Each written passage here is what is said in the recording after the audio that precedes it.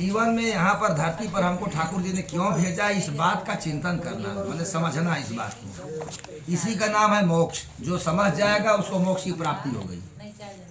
जो इस बात को समझ जाएगा, तो देखिए स्त्रियां होती हैं चतुर, क्या समझे, धर्म के लिए तो कहीं कि नहीं आगे आगे हम चलेंगे, पहला फेरा में लड़की आगे हो गई, कहे कि नहीं धर्म हम करेंगे, पूजा हम करेंगे, व्रत हम करेंगे, आप खाली व्यवस्था करिए, हम सब कर लेंगे। दूसरा धन, आप धन कमाइए ना, नौकरी वोकरी करके हम उसको तैयार करके खर्चा करेंगे बढ़िया से, उसको हम हिसाब से ही खर्चा करेंगे, जहाँ जरूरत होगा वही देंगे, ठीक है। दूसरा पुरुषार्थ में ये भी, दूसरा पुरुषार्थ में भी आगे आगे चलने लगी।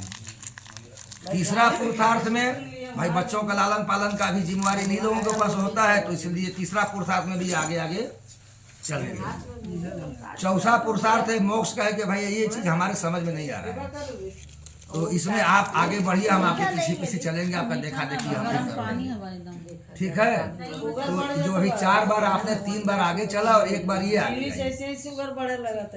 तो इन्होंने जीवन का जो पुरुषार्थ होता है यही होता है। तो उन्होंने कहा कि किसी भी परिस्थिति में धर्म का पालन होना चाहिए। यह चीज इसी वाक्य का अंग है। जीवन चलता कैसे है, तो सौम्यता से चलता है। जीवन में खाली क्रोध करेंगे तो जीवन नहीं चल पाएगा। तो इन्होंने कहा कि जीवन में कभी दुख पड़ेगा, कभी सुख पड़ेगा, यह सत्य बात है। हमेशा किसी को सुख होता नहीं है। इन्होंने कहा कि दोनों परिस्थिति में आप सौम्य रहेंगे, मतलब शांति को आप नहीं छोड़ेंगे। नहीं तो पता चला कि अगर आपको कोई घाटा हो गया, कहीं कोई नुकसान हो गया, कहीं अपमानित हो गए, तो घरों में आकर के झगड़ा करने लगे, तो इससे जीवन और छिन्न भी हो जाता है।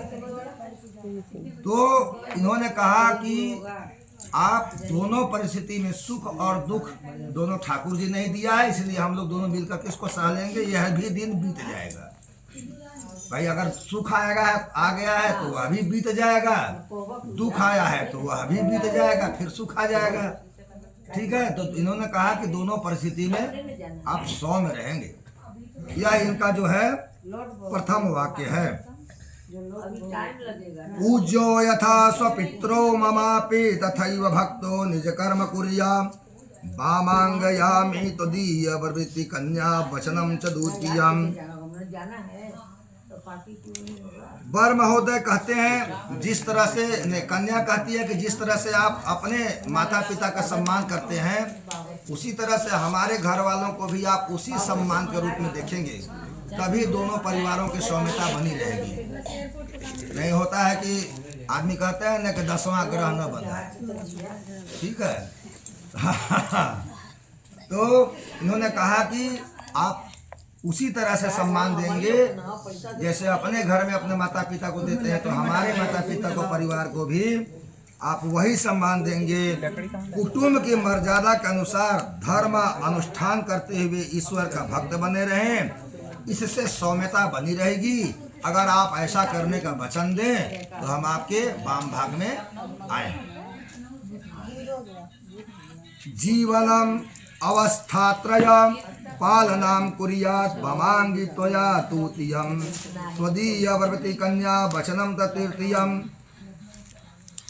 इन्होंने आगे कहा कि एक जीवन तो मेरा जीवन में 4 तरह के समय बीतते हैं, बाल अवस्था, युवावस्था, प्रौढ़ावस्था और वृद्धावस्था। तो लड़की कह रही है कि एक अवस्था तो मेरी चली गई अपने पिता के घर में, अब 3 अवस्था है, युवावस्था, प्रौढ़ावस्था और वृद्धावस्था। ये तीनों अवस्था में मेरा पालन करने का मेरी जिम्मेवारी, जो भी हमारा वांग्मय है, इसको आप वहन करने का वचन दें तो हम आपके वाम भाग में आए।